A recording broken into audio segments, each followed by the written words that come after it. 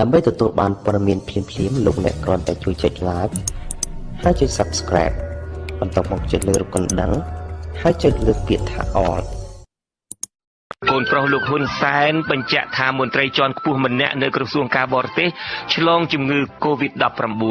បាទលោកនាងកញ្ញាជាទីមេត្រីយោងតាមសារបាយធ្លាយមួយនៃមន្ត្រីក្រសួងការបរទេសប្រទេសកម្ពុជាមានឆ្លងវីរុសកូវីដ -19 បាទកូនប្រុសមួយរូបរបស់លោកនាយករដ្ឋមន្ត្រីហ៊ុនសែនបានបញ្ជាក់ថាសារបាយធ្លាយនោះគឺជាសម្លេងរបស់លោកពិតប្រាកដមែនទោះជាយ៉ាងណាមន្ត្រីក្រសួងការបរទេសដែលសម្លេងសារបាយធ្លាយរបស់កូនប្រុសលោកនាយករដ្ឋមន្ត្រីហ៊ុនសែនថាមានឆ្លងវីរុសកូវីដ -19 នោះមិនឃើញមានរាប់បញ្ចូលក្នុងចំនួនអ្នកឆ្លងវីរុសកូវីដ -19 នៅក្នុងប្រទេសកម្ពុជាទាំង35នាក់នោះឡើយបាទសេចក្តីរាយការណ៍អំពីរឿងនេះនឹងមានផ្សាយជូននាពេលបន្តិចទៀតនេះបាទក្រសួងសុខាភិបាលនឹងចាត់វិធានការតាមច្បាប់ចំពោះឱសថឋានាដែលបានរកឃើញថាបានលក់អាល់កុលដែលមានប្រភពមិនច្បាស់លាស់មិនត្រូវតាមស្តង់ដារនៅពេលដែលពលរដ្ឋកំពុងត្រូវការអាល់កុលចាំបាច់ក្នុងការបង្ការជំងឺ COVID-19 សេចក្តីជូនដំណឹងរបស់ក្រសួងសុខាភិបាលពុំបានបញ្ជាក់ទេថានឹងមានវិធានការផ្លូវច្បាប់អ្វីខ្លះឡើយគឺគ្រាន់តែបានលើកឡើងថាឱសថការីមានភារៈអនុវត្តតាមបច្ចេកទេសត្រឹមត្រូវនិងទទួលខុសត្រូវចំពោះច្បាប់ប្រសិនបើក្រសួងស្រាវជ្រាវរកឃើញការអនុវត្តមិនត្រឹមត្រូវបន្ថែមពីនេះក្រសួងណែនាំឲ្យពលរដ្ឋប្រុងប្រយ័ត្នចំពោះការទិញអាល់កុលទៅប្រើប្រាស់ដោយសារនៅកម្ពុជាមានករណីបន្លំដោយដាក់ឈ្មោះថាអាល់កុលក៏ប៉ុន្តែមិនមែនជាអាល់កុលពិតប្រាកដហើយបែរជាមានសារធាតុផ្សេងទៅវិញធម្មតាអាល់កុលដែលប្រើសម្រាប់មេរោគនោះគឺជាល្បាយដែលមានសារធាតុគីមីម្យ៉ាងហៅថាអេតាណុលលាយជាមួយទឹកក៏ប៉ុន្តែអាល់កុលនៅទីផ្សារក្នុងស្រុកបច្ចុប្បន្ននេះត្រូវគេរកឃើញថាមានសារធាតុម្យ៉ាងទៀតឈ្មោះថាមេតាណុលទៅវិញដែលសារធាតុនេះអាចបណ្ដាលឲ្យពុលនិងមានគ្រោះថ្នាក់ដល់អាយុជីវិតក្នុងករណីប្រើប្រាស់មិនត្រឹមត្រូវបាទលោកនាងជាទីមេត្រីក្រសួងសុខាភិបាលជូនដំណឹងថាអ្នកដែលទៅធ្វើតេស្តរោគជំងឺ COVID-19 នឹងមិនតម្រូវឲ្យបង់លុយឡើយហើយក្រសួងកំពុងស្នើសុំឲ្យអ្នកជំនាញពីប្រទេសចិនជួយទប់ស្កាត់ការរីករាលដាលឆ្លងជំងឺនេះនៅកម្ពុជា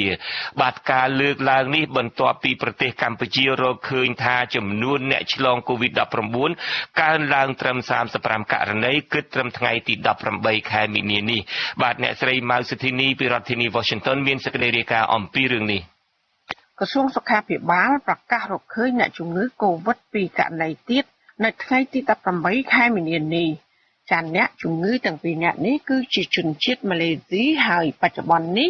កំពុងដាក់ព្យាបាលនៅក្នុងមន្ទីរពេទ្យសុខាភិបាលខេត្តកែបតួលេខនេះបានធ្វើឲ្យអ្នកឆ្លងនៅកម្ពុជាកើនឡើងដល់35នាក់ក្នុងចំណោមនោះគឺមានជនជាតិខ្មែរ22នាក់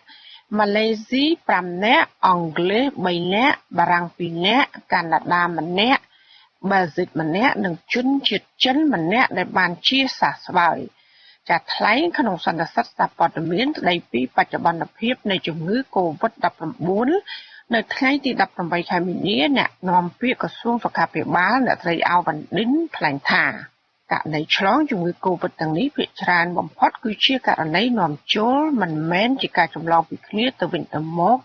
នៅក្នុងសហគមន៍នៅឡើយទេចាទោះជាយ៉ាងនេះក្តីអ្នកស្រីព្រួយបារម្ភថាករណីនេះនឹងអាចមានការចម្លងទៅសមាជិកក្រុមគ្រួសាររបស់ពួកគេដែលអាចធ្វើឲ្យចំនួននេះកើនឡើងបន្ថែមទៀតក្នុងម្នាក់បើយើងគិតទៅតាមជំរឿនរបស់យើងថាក្នុងមួយគ្រួសារមានសមាជិកគ្រួសារយ៉ាងតិចណាក៏3នាក់នោះចាគឺយើងគិតទៅ3គុណនឹងចំនួនដែលយើងបានរកឃើញនេះយើងឃើញហើយតែចំនួនប្រមាណដែលយើងអាចនឹងគិតថាប្រសិនបើមានការចម្លងពីបុគ្គលនេះទៅក្នុងក្រុមគ្រួសាររបស់គាត់អញ្ចឹងជាបឋមយើងគិតប៉ុណ្្នឹងសិនចាពីព្រោះដោយសារយើងអត់ទាន់រកឃើញថាមានការចម្លងបន្តទៅទៀតទេបន្តទៅអ្នកផ្សេងទៀតណាអញ្ចឹងឥឡូវអ្វីដែលយើងត្រូវធ្វើនេះយើងត្រូវខិតខំធ្វើម៉េចទប់ស្កាត់ហ្នឹងពេលដែលយើងមិនទាន់រកឃើញហ្នឹងគឺថាយើងត្រូវទប់ស្កាត់ធ្វើម៉េចកុំឲ្យមានការចម្លងហ្នឹងបន្តទៅទៀតចាជាមួយគ្នានេះអ្នកស្រីអាវវ៉ាន់ឌិនឲ្យដឹងថារហូតមកដល់ពេលនេះក្រសួងបានធ្វើតេស្តរកជំងឺ COVID-19 លើមនុស្សជាង 1000 នាក់ហើយនៅក្នុងនោះវិជ្ជមាន35នាក់អ្នកស្រីបញ្ជាក់ថាចំពោះការធ្វើតេស្តសុខភាពរោគជំងឺដ៏គ្រោះថ្នាក់នេះគឺជាបន្ទុកចំណាយរបស់រដ្ឋាភិបាល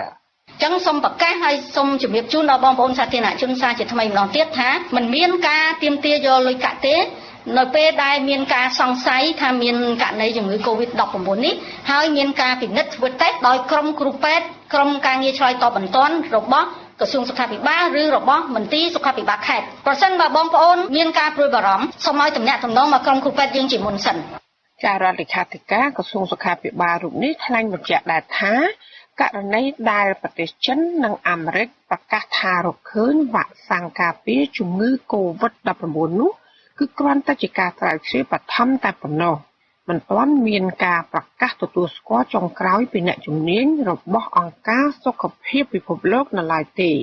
ប្រភេទដែលតួលេខអ្នកឆ្លងជំងឺ Covid នេះកើនឡើងជាបន្តបន្ទាប់ក្រសួងសុខាភិបាលបានដាក់ចេញវិធានការជាបន្តបន្ទាប់ដើម្បីបង្ការក្នុងនោះដូចជាប្រកាសផ្អាកការប្រគំតន្ត្រីតាមទីសាធារណៈផ្អាកពិធីជួបជុំបែបសាសនាផ្អាកពិធីមង្គលការបិទសាលារដ្ឋនិងឯកជនទូទាំងប្រទេសបិទទីតាំងខារ៉ាអូខេនិងរោងភាពយន្តព្រមទាំងផ្អាកការផ្ដល់ទិដ្ឋាការដល់អ្នកដំណើរពីប្រទេសចំនួន6ក្នុងតំបន់អឺរ៉ុបសហរដ្ឋអាមេរិកនិងប្រទេសអ៊ីរ៉ង់ជាដើមចានៅថ្ងៃទី18ខែមីនាខាងក្រសួងព្រះបរមរាជវាំងក៏បានប្រកាសផ្អាកឲ្យភ្ញៀវទេសចរជាតិនិងអន្តរជាតិចូលទស្សនាព្រះបរមរាជវាំងរហូតដល់មានសេចក្តីជូនដំណឹងចុងក្រោយជាមួយគ្នានេះក្រសួងនិងស្ថាប័នរដ្ឋមួយចំនួនក៏បានលើកពេលកិច្ចប្រជុំរបស់ខ្លួនហើយនឹងណែនាំឲ្យមន្ត្រីរាជការទាំងអស់អនុវត្តវិធានការបង្ការឲ្យបានខ្ជាប់ខ្ជួនហើយមានក្រសួងខ្លះបានឲ្យមន្ត្រីរបស់ខ្លួនធ្វើការពិផ្ទះតាមប្រព័ន្ធអ៊ីនធឺណិតថែមទៀតចាប្រធានមជ្ឈមណ្ឌលប្រជាប្រដ្ឋដើម្បីអភិវឌ្ឍនិងសន្តិភាពលោកយងកំឯងមានប្រសាសន៍ថាការដាក់ចេញវិធានការថ្មីនេះគឺជាការឆ្លើយតបដ៏ល្អមួយក៏ប៉ុន្តែលោកមានការព្រួយបារម្ភខ្លាំងនៅពេលដែលអ្នកជំនាញប៉ាន់ប្រមាណថាអាចមានអ្នកជំងឺកើនឡើងបន្តទៀតដោយសារតែមានការចម្លងពីអ្នកជំងឺទៅសមាជិកគ្រួសាររបស់ពួកគេចាលោកក៏សម្គាល់ថាប្រសិនបរដ្ឋាភិបាលបានដាក់វិធានការទប់ស្កាត់តាំងពីដំបូងនិងមានវិធានការស្វែងរកអ្នកសង្ស័យឲ្យបានលឿននោះនឹងមិនមានការកើនឡើងនោះទេចាំម្យ៉ាងវិញទៀតលោកយល់ថាវិធានការរបស់ក្រសួងដែលតម្រូវឲ្យសមាជិកគ្រួសារអ្នកជំងឺអនុវត្តវិធានការរស់នៅដាច់ដោយឡែកតាមផ្ទះរៀងៗខ្លួនគឺមិនសូវមានប្រសិទ្ធភាពឡើយគាត់ត្រូវការទំនាក់ទំនងជាមួយសមាជិកគ្រួសារជាមួយនឹងសាច់ញាតិរបស់គាត់ផ្សេងដែរបាទនៅក្នុងផ្ទះហាមឃាត់យ៉ាងម៉េចបាទនៅពេទ្យបណ្ដឹងបាទយ៉ាងវិញទៀតវាហានិភ័យសម្រាប់អ្នកនៅផ្ទះនឹងដែរថាតើអ្នកនៅផ្ទះនឹងគ្នាមានអនាម័យមិនគ្នាមានឧបករណ៍សម្រាប់ការពារទេបាទដើម្បីក្នុងការទៅជួបអីម្ដងម្កាលណាបាយទឹកអីហូរហែបើថាពេទ្យមានប្រចាំការនៅផ្ទះនោះមិនអីទេណាបាទអត់មានទេអានឹងគ្នាធ្វើម៉េចបាទអញ្ចឹងអានឹងបើសិនគាត់គោរពអត់បានទេគឺបង្កការឆ្លងទៅទៀតតែបើគាត់គោរពបានវាមិនអីទេណាបាទចាលោកយងកំឯងជំរុញឲ្យរដ្ឋាភិបាលកម្ពុជាគួរតែមានកិច្ចសហការជាមួយបណ្ដាប្រទេសនានាដើម្បីជួយទប់ស្កាត់ការរីករាលដាលនៅកម្ពុជាលើសពីនេះលោកនៅតែចង់ឃើញរដ្ឋាភិបាលបង្កើនការផ្សព្វផ្សាយអប់រំឲ្យបានទូលំទូលាយជាទីបំផុតទាំងតាមកញ្ចក់ទូរទស្សន៍ហើយនៅតាមសាលាឃុំសង្កាត់ពីព្រោះលោកពិនិត្យឃើញថាបរិវត្តនៅតែមិនទទួលបានព័ត៌មានគ្រប់គ្រាន់នៅឡើយទេចានាងខ្ញុំហៅសុធានីអាស៊ីសេរីពីរដ្ឋធានី Washingtonបាទលោកអ្នកនាងកញ្ញាជាទីមេត្រីមានលោកអ្នកនាងកញ្ញាខ្លះសួរមកអាស៊ីសេរីនៅខ្ទង់ comment ថាតើពេលណាទើបអាស៊ីសេរីផ្អាកការផ្សាយបាទយើងខ្ញុំសូមបញ្ជាក់ថាយើងមិនមានគម្រោងផ្អាកការផ្សាយវិទ្យុរបស់យើងទេហើយដោយខ្ញុំបានជម្រាបលោកអ្នកនាងជាហូរហែយើងខ្ញុំបានចាត់វិធានការរៀបចំការផ្សាយពីទីលំនៅរៀងៗខ្លួនដូចជាពេលនេះជាដើមហើយយើងសង្ឃឹមថានឹងវិលត្រឡប់ទៅធ្វើការនៅការិយាល័យធំវិញនាពេលឆាប់ខាងមុខនេះបាទកូនប្រុសលោកនាយករដ្ឋមន្ត្រីហ៊ុនសែនអះអាងថាមានមន្ត្រីជាន់ខ្ពស់ម្នាក់នៅក្រសួងការបរទេសបានឆ្លងជំងឺ Covid-19 លោកប្រាក់សុខុនរដ្ឋមន្ត្រីក្រសួងការបរទេសទទួលស្គាល់ថាក្រសួងរបស់លោករងគ្រោះខ្លាំងជាងគេក្នុងចំណោមក្រសួងនានាដោយសារតែមានមន្ត្រីទៅបំពេញបេសកកម្មនៅក្រៅប្រទេសបាទពីរដ្ឋធានី Washington លោកហេងរស្មីមានសេចក្តីរាយការណ៍អំពីរឿងនេះ លោកហ៊ុនម៉ាណិតបានបញ្ជាក់ថាមានមន្ត្រីជាន់ខ្ពស់ម្នាក់នៃក្រសួងការបរទេសដែលលោកសុំមិនបញ្ចេញឈ្មោះបានឆ្លងជំងឺ Covid-19 បន្ទាប់ពីបានទៅបំពេញបេសកកម្មនៅឯក្រៅប្រទេសនៅក្នុងសារសម្ដែងបែកធ្លាយតាមបណ្ដាញសង្គមរបស់លោកហ៊ុនម៉ាណិតបានបញ្ជាក់ថាមន្ត្រីជាន់ខ្ពស់ម្នាក់នោះមានតួនាទីជាអគ្គនាយកនៃក្រសួងការបរទេសនៅអគ្គនាយកម្នាក់នៅក្រសួងការបរទេសបានឆ្លងហើយមុនគាត់មកហ្នឹងគាត់ជួបមួយទូតយើងនៅនោះបាយជាមួយគ្នាអីខ្ញុំបានប្រាប់ទៅទូតដែរឲ្យកុំឲ្យទៅប៉ះពាល់អ្នកណាផ្សេងហើយនៅរក្សាពិនិត្យមើលខ្លួនឯងនៅឆ្ងាយពីគេក្នុងរយៈពេល14ថ្ងៃហើយមិនពិនិត្យមើលសុខភាពតបមកគាត់ជួបជាមួយនឹងខាងក្រសួងការពារជាតិម្នាក់ដែលគាត់ការងារសកម្មដែរហើយព្រឹកនេះឲ្យទៅពិនិត្យមើលសុខភាពដែរជាងការរៀបដាល់ច្រើនដែរបាទអគ្គនាយកស្រាវជ្រាវចារកិច្ចរបស់ក្រសួងការពារជាតិលោកហ៊ុនម៉ាណិតដែលជាកូនប្រុសម្នាក់របស់លោកនាយករដ្ឋមន្ត្រីហ៊ុនសែនបានប្រាប់អាស៊ីសេរីថាសារបែកធ្លាយនៅតាមបណ្ដាញសង្គម Facebook នោះពិតជាសម្លេងរបស់លោកដែលបាននិយាយពិតប្រាកដមែនលោកហ៊ុនម៉ាណិតបាននិយាយទៀតថាមិនថាសហរដ្ឋអាមេរិកឬប្រទេសណាទេមានមន្ត្រីគ្រប់ប្រភេទទាំងអស់ដែលបានឆ្លងជំងឺ Covid-19 នេះតែទៅនឹងសារបែកធ្លាយនេះលោកប្រាសុខុនរដ្ឋមន្ត្រីក្រសួងការបរទេសបានប្រាប់អាស៊ីសេរីតាមបណ្ដាញសង្គមថាក្រសួងការបរទេសបានទទួលរងនូវហានិភ័យខ្ពស់ជាងគេក្នុងចំណោមក្រសួងនានាដោយសារតែមានមន្ត្រីរបស់លោកទៅបំពេញបេសកកម្មនៅឯក្រៅប្រទេសញឹកញាប់ដូចជាការចូលរួមប្រជុំសិក្ខាសាលានិងទៅបំពេញទស្សនកិច្ចជាដើមហើយបើទោះបីជានៅក្នុងស្រុកក៏មានមន្ត្រីរបស់លោកជួបអាស្រ័យការងារច្រើនជាមួយនឹងបរទេសផងដែរលោកប្រាក់សុខុនមានប្រសាសន៍ថាដែលហេតុនេះហើយទើបក្រសួងការបរទេសមានមន្ត្រីម្នាក់មានឆ្លងជំងឺ Covid-19 ក្នុងពេលបំពេញបេសកកម្មការងារនៅក្រៅប្រទេសលោកប្រាសុខុនមិនបានបញ្ជាក់ឈ្មោះមន្ត្រីនោះទេដោយលោកនិយាយថាដើម្បីគោរពការសម្ងាត់ខាងវិជ្ជាជីវៈពេទ្យនិងដើម្បីរក្សាកិត្តិយសនិងភាពថ្លៃថ្នូរដល់មន្ត្រីរូបនោះលោកបាននិយាយទៀតថាមន្ត្រីដែលឆ្លង Covid-19 នោះបានទទួលការថែទាំតាមដានពិនិត្យព្យាបាលពីសំណាក់គ្រូពេទ្យយ៉ាងដិតដល់ហើយស្ថានភាពរបស់មន្ត្រីនោះមានភាពល្អប្រសើរនឹងណអារម្មណ៍ល្អនិងមានអារម្មណ៍មាំទាំផងដែរលោកបញ្ជាក់ថាក្រសួងការបរទេសបានចាត់វិធានការតាមការណែនាំរបស់ក្រសួងសុខាភិបាលនិងតាមលទ្ធភាពដែលអាចធ្វើទៅបានដូចជាសម្ភារជំនួសការចាប់ដៃរក្សាគម្លាតពីគ្នាធ្វើការតាមរយៈអនឡាញ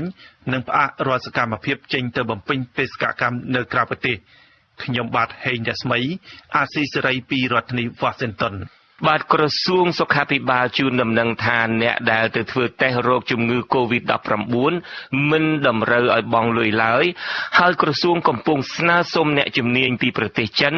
ដើម្បីជួយទប់ស្កាត់ការរីករាលដាលជំងឺឆ្លងនេះនៅកម្ពុជា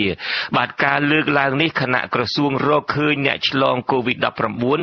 កើនដល់35ករណីគិតត្រឹមថ្ងៃទី18ខែមិនិនានេះបាទលោកអ្នកនាងនឹងបានស្ដាប់សេចក្តីរាយការណ៍ពិស្ដារអំពីរឿងនេះនាពេលបន្តិចទៀតនេះបាទលោកអ្នកនាងជាទីមេត្រីដើម្បីជួយទប់ស្កាត់ការរីករាលដាលនៃវីរុសកូវីដ -19 ដែលបណ្ដាលឲ្យមានជំងឺ Covid-19 ពេលនេះក្រុមការងាររបស់យើងខ្ញុំផ្លាស់ប្ដូររបៀបធ្វើការដោយផ្សាយចេញពីទីតាំងរស់នៅរៀងៗខ្លួនជាបណ្ដោះអាសន្នមួយរយៈពេលសិនបាទនេះគឺជាវិធានការមួយក្នុងការកាត់បន្ថយការជួបជុំមនុស្សច្រើននៅការិយាល័យធំអាស្រ័យហេតុនេះយើងខ្ញុំសូមអភ័យទោសទុកជាមុនប្រសិនបើមានការរអាក់រអួលខ្លះៗក្នុងការផ្សាយរបស់យើងនាដំណាក់កាលនេះបាទក្នុងពេលនេះដែរយើងខ្ញុំក៏សូមផ្អាកកម្មវិធីទូរទស្សន៍អាស៊ីសេរីជាបណ្ដោះអាសន្នយើងសង្ឃឹមថានឹងវិលត្រឡប់មកផ្សាយកម្មវិធីជាធម្មតាឡើងវិញនាពេលឆាប់ៗខាងមុខនេះសូមលោកអ្នកនាងឲ្យព្រមទាំងក្រុមគ្រួសារជៀសផុតពីដំណាក់កាលប្រឈមជាសកលចំពោះមុខដ៏លំបាកនេះ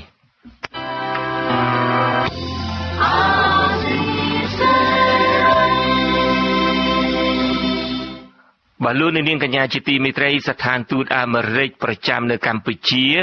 មិនឆ្លើយឆ្លងជាមួយរដ្ឋាភិបាលកម្ពុជា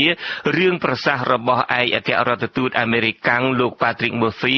ជុំវិញដំណើរការសវនាការសំណុំរឿងលោកកឹមសុខានោះឡើយអ្នកវិភាគយល់ថាសហរដ្ឋអាមេរិកជាប្រទេសចាស់ទុំខាងកិច្ចការទូតដូច្នេះបានជាគេមិនចង់ឆ្លើយឆ្លងជាមួយរដ្ឋាភិបាលបាទពីរដ្ឋធានី Washington អ្នកស្រីខែសំណងមានសេចក្តីរាយការណ៍អំពីរឿងនេះ ស្ថានទូតសហរដ្ឋអាមេរិកនៅទីក្រុងភ្នំពេញមិនឆ្លើយតបចំពោះសេចក្តីថ្លែងការណ៍ទាំងឡាយរបស់ក្រសួងការបរទេសកម្ពុជាឡើយបើទោះបីជាក្រសួងបានប្រើពាក្យសម្ដីធ្ងន់ធ្ងរលើលោក Patrick Murphy យ៉ាងណាក្តីអ្នកនាំពាក្យស្ថានទូតសហរដ្ឋអាមេរិកប្រចាំនៅកម្ពុជាអ្នកស្រី Emily Ziberg ប្រាប់អាស៊ីសេរីតាមអ៊ីមែលដោយខ្លីថាសេចក្តីថ្លែងការណ៍របស់ឯកអគ្គរដ្ឋទូតលោក Patrick Murphy ជុំវិញដំណើរការក្តីលោកកឹមសុខានោះមានភាពច្បាស់លាស់អស់ហើយនិងមិនមានអ្វីត្រូវបកស្រាយបន្ថែមនោះទេឯកអគ្គរដ្ឋទូតសហរដ្ឋអាមេរិកប្រចាំនៅកម្ពុជាលោក Patrick Murphy បានថ្លែងប្រាប់ក្រុមអ្នកសារព័ត៌មានក្រោយពេលលោកចូលស្ដាប់សវនាការរឿងក្តីលោកកឹមសុខានៅព្រឹកថ្ងៃទី12ខែមិនិនាថាដំណើរការក្តីនេះនឹងប៉ះពាល់ដល់នីតិរដ្ឋនិងប្រព័ន្ធយុត្តិធម៌របស់កម្ពុជាប៉ះពាល់ដល់ទំនាក់ទំនងរវាងកម្ពុជានិងសហរដ្ឋអាមេរិកព្រមទាំងប្រទេសដទៃទៀតផងដែរលោកបញ្ជាក់ថាសហរដ្ឋអាមេរិកនៅតែចង់ឃើញលោកកឹមសុខាទទួលបានសិទ្ធិធ្វើនយោបាយពេញលេញឡើងវិញហើយសហរដ្ឋអាមេរិកក៏សង្ឃឹមថាពលរដ្ឋខ្មែរទាំងអស់អាចចូលរួមបាននៅក្នុងដំណើរការនយោបាយមន្ត្រីការទូតអាមេរិករូបនេះក៏បានសម្ដែងការមិនពេញចិត្តផងដែរចំពោះអ្វីដែលលោកហៅថាជាការប្រឌិតរឿងចោទប្រកាន់សហរដ្ឋអាមេរិកថាបានខົບខិតជាមួយលោកកឹមសុខាក្នុងសកម្មភាពដែលអាជ្ញាធរហៅថាជាការប៉ុនប៉ងផ្ដួលរំលំរដ្ឋាភិបាលAnd we're very troubled to see that prosecutors have introduced into the courtroom យើងមានការរំខានចិត្តដែលខាងព្រះរាជអាជ្ញាលើកឡើងនៅរឿងប្រឌិតអំពីសហរដ្ឋអាមេរិកតាក់ទងនឹងការខົບខិតជាមួយលោកកឹមសុខាជាការពិតនោះគឺថាក្នុងពេលប្រមាណទសវត្សរ៍មកនេះសហរដ្ឋអាមេរិកបានផ្ដល់ជំនួយប្រមាណ$3,000 លានដល់កម្ពុជា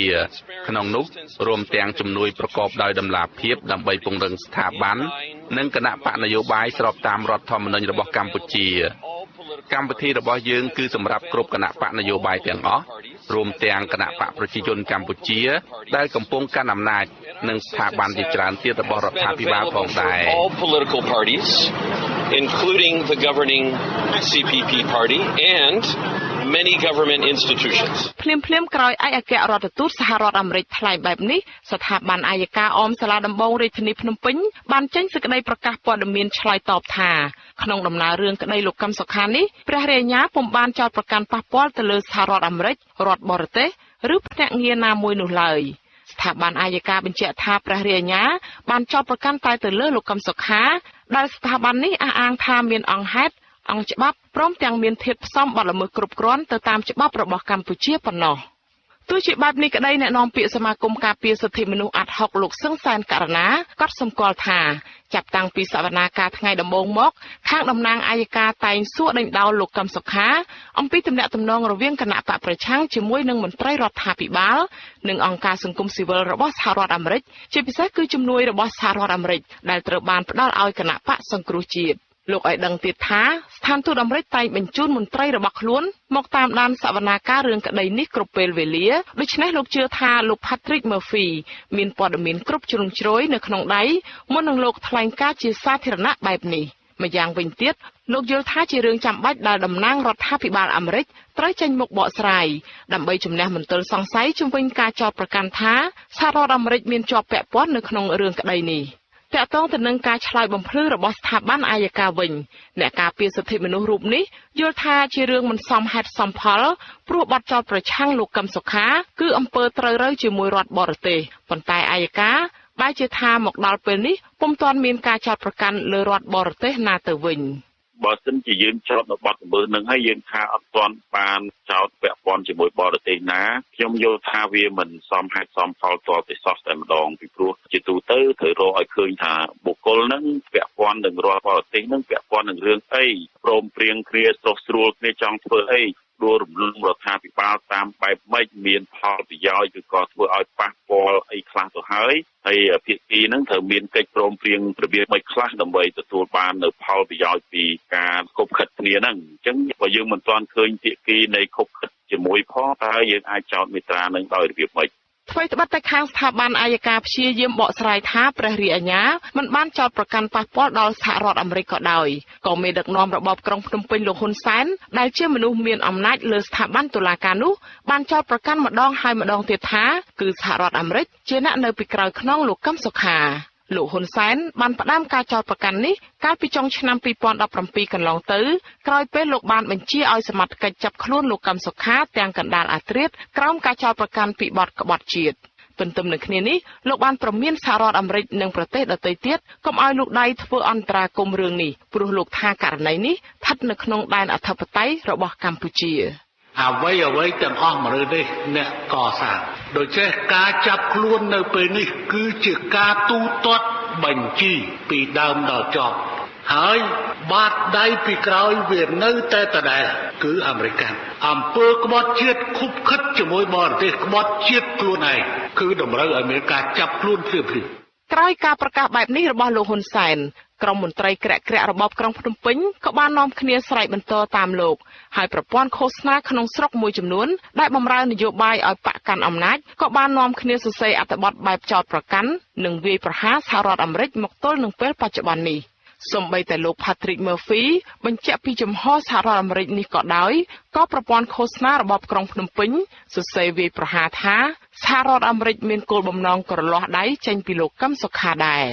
ចំណែកឯក្រសួងការបរទេសកម្ពុជាវិញបានចាត់ទុកការថ្លែងរបស់ឯកអគ្គរដ្ឋទូតសហរដ្ឋអាមេរិកលោក Patrick Murphy ថាជាអរិយាប័ត្រគ្មានការទូតនិងខ្វះការគោរពចំពោះអធិបតេយ្យភាពកម្ពុជាក្រសួងការបរទេសថាសេចក្តីថ្លែងការណ៍នេះផ្ទុយទៅនឹងស្មារតីរបស់ថ្នាក់ដឹកនាំប្រទេសទាំងពីរក្នុងការធ្វើឲ្យប្រសើរឡើងនៅទំនាក់ទំនងទ្វេភាគីរវាងកម្ពុជានិងសហរដ្ឋអាមេរិកជាពិសេសក្រសួងការបរទេសកម្ពុជាថាប្រសាសន៍របស់លោក Patrick Murphy នេះប៉ះពាល់ធ្ងន់ធ្ងរដល់ប្រព័ន្ធតុលាការកម្ពុជា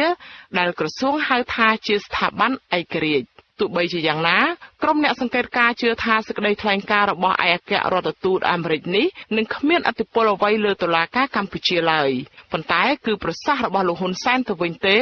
ទើបប៉ះពាល់ធ្ងន់ធ្ងរនឹងជាការដាក់សម្ពាធលើប្រព័ន្ធតុលាការកម្ពុជាអ្នកជំនាញខាងវិទ្យាសាស្ត្រនយោបាយលោកអែមសវណ្ណារាយល់ថាមូលហេតុដែលស្ថានទូតអាមេរិកមិនឆ្លើយឆ្លងជាមួយក្រសួងការបរទេសកម្ពុជានោះព្រោះអាមេរិកមិនចង់ឲ្យមានភាពរកាំរកូសនឹងការប្រឈមមុខដាក់គ្នាខ្លាំងជាមួយរដ្ឋាភិបាលកម្ពុជាលោកបន្តថាការវាយប្រហារលើអរិយាប័ត្រការទូតរបស់លោក Patrick Murphy នេះគឺជាសិទ្ធិសេរីភាពរបស់ភាគីកម្ពុជាប៉ុន្តែលោកថាលើសាច់ការជាក់ស្ដែងមុននឹងទទួលបានការតែងតាំងជាឯកអគ្គរដ្ឋទូតប្រចាំប្រទេសណាមួយនោះមន្ត្រីការទូតអាមេរិកដែលមានសមត្ថភាពនិងបទពិសោធន៍ត្រូវឆ្លងកាត់ការទុកចិត្តពីស្ថាប័នកំពូលរបស់សហរដ្ឋអាមេរិកជាមុនសិនរឿងអ្នកនាំពាក្យក្រសួងការបរទេសថ្លែងនេះនឹងខ្ញុំគិតថាជាអរិយាប័ត្រមួយដែលអាចជំរុញឲ្យកាន់តែឈានទៅរកភាពប្រឈមមុខគ្នាកាន់តែខ្លាំងទេបើសិនជារឿងនេះជារឿងរបស់តុលាការខ្ញុំគិតថាគួរតែឲ្យតុលាការបកស្រាយឬក៏បន្ថែមផុសតាងបង្ហាញអំណាចគ្រប់គ្រាន់ធ្វើម៉េចឲ្យបរទេសដែលជាប់ពាក់ព័ន្ធនឹងគេទទួលយកបានហើយបើសិនបើចោទអត់មានអំណាចគ្រប់គ្រាន់ក្នុងនាមប្រទេសដែលពាក់ព័ន្ធគេមានសិទ្ធិក្នុងការបកស្រាយការពីកិត្តិយសនៅមុខមាត់ប្រទេសរបស់គេហើយ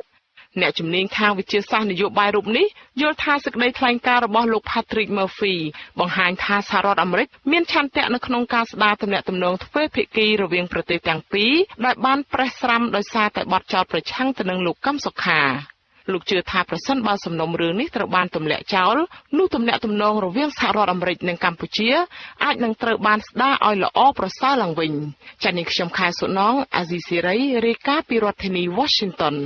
បាទលោកនាងកញ្ញាជាទីមេត្រីយោងតាមសារបែកធ្លាយមួយបានបញ្ជាក់ថាមន្ត្រីក្រសួងការបរទេសមានឆ្លងវីរុសកូវីដ -19 បាទកូនប្រុសមួយរូបរបស់លោកនាយករដ្ឋមន្ត្រីហ៊ុនសែនបានបញ្ជាក់ថាសារបែកធ្លាយនោះគឺជាសម្លេងរបស់លោកពិតប្រាកដមែនបាទទោះជាយ៉ាងណាមន្ត្រីក្រសួងការបរទេសដែលឆ្លងវីរុសកូវីដ -19 នោះមិនទាន់ឃើញមានរាប់បញ្ចូលក្នុងចំនួនអ្នកឆ្លងវីរុសនៅកម្ពុជាទាំង35នាក់នោះឡើយបាទសេចក្តីរាយការណ៍ពិស្ដារអំពីរឿងនេះនឹងមានផ្សាយជូននាពេលបន្តិចទៀតនេះបាទលោកនាងកញ្ញាជាទីមេត្រីដើម្បីជួយទប់ស្កាត់ការរីករាលដាលនៃវីរុសកូវីដ -19 ដែលបណ្ដាលឲ្យមានជំងឺ COVID-19 ពេលនេះក្រុមការងាររបស់យើងខ្ញុំផ្លាស់ប្ដូររបៀបធ្វើការដោយផ្សាយចេញពីទីតាំងរស់នៅរៀងខ្លួនជាបណ្ដោះអាសន្នមួយរយៈពេលសិនបាទនេះគឺជាវិធានការមួយក្នុងការបន្ថយការជួបជុំមនុស្សច្រើននៅការិយាល័យធំអាស្រ័យហេតុនេះយើងខ្ញុំសូមអភ័យទោសលោកអ្នកនាងទុកជាមុនប្រសិនបើមានការរអាក់រអួលខ្លះៗក្នុងការផ្សាយរបស់យើងនាដំណាក់កាលនេះហើយគឺឆ្លៀតឱកាសនេះខ្ញុំបាទក៏សូមជម្រាបផងដែរថាយើងខ្ញុំសូមផ្អាកកម្មវិធីទូរទស្សន៍អាស៊ីសេរីជាបណ្ដោះអាសន្នមួយរយៈពេលសិនដែរយើងសង្ឃឹមថានឹងវិលត្រឡប់មកផ្សាយកម្មវិធី ជាធម្មតាឡើងវិញនាពេលឆាប់ខាងមុខនេះសូមជូនពរលោកអ្នកនាងកញ្ញាព្រមទាំងក្រុមគ្រួសារឲ្យជៀសផុតពីដំណាក់កាលប្រឈមជាសកលចំពោះមុខដ៏លំបាកនេះបាទលោកអ្នកនាងកញ្ញាជាទីមេត្រីមន្ត្រីសហជីពនិងសង្គមស៊ីវិលស្នើឲ្យមានអ្នកទទួលខុសត្រូវចំពោះបញ្ហាសុខុមាលភាពនិងជីវភាពកម្មករក្នុងស្ថានភាពវិបត្តិជំងឺ Covid-19 ជំហររបស់មន្ត្រីទាំងនេះធ្វើឡើងស្របពេលដែលរោងចក្រសហគ្រាសជាច្រើននៅតែបន្តបើកទ្វារស្របពេលដែលករណីឆ្លងនៃជំងឺ Covid-19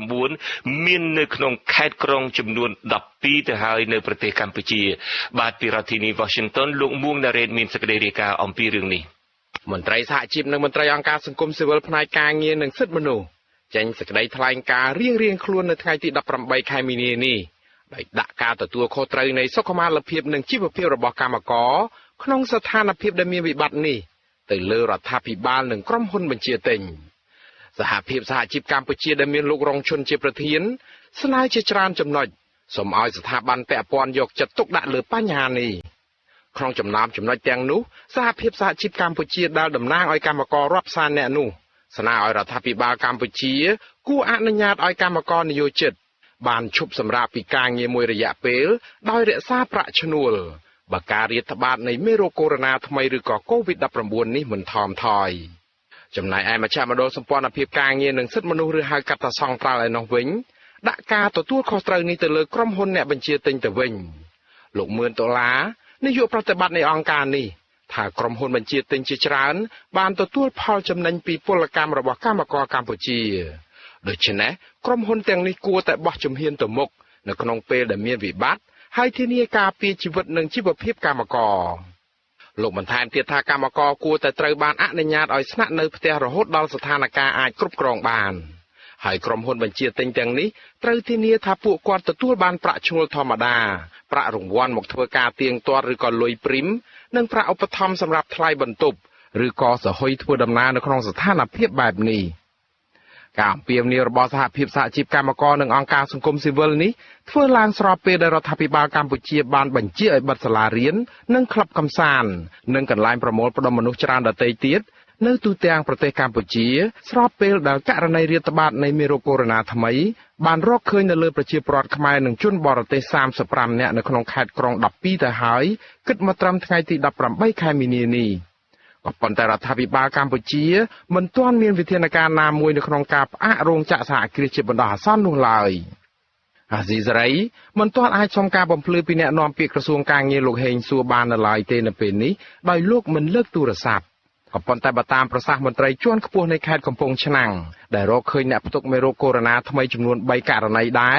បានថ្លែងថាគណៈអភិបាលខេត្តនេះខិតខំធ្វើយ៉ាងណាដើម្បីឲ្យរោងចក្រទាំងអស់នៅក្នុងខេត្តនេះនៅតែបើកបន្ត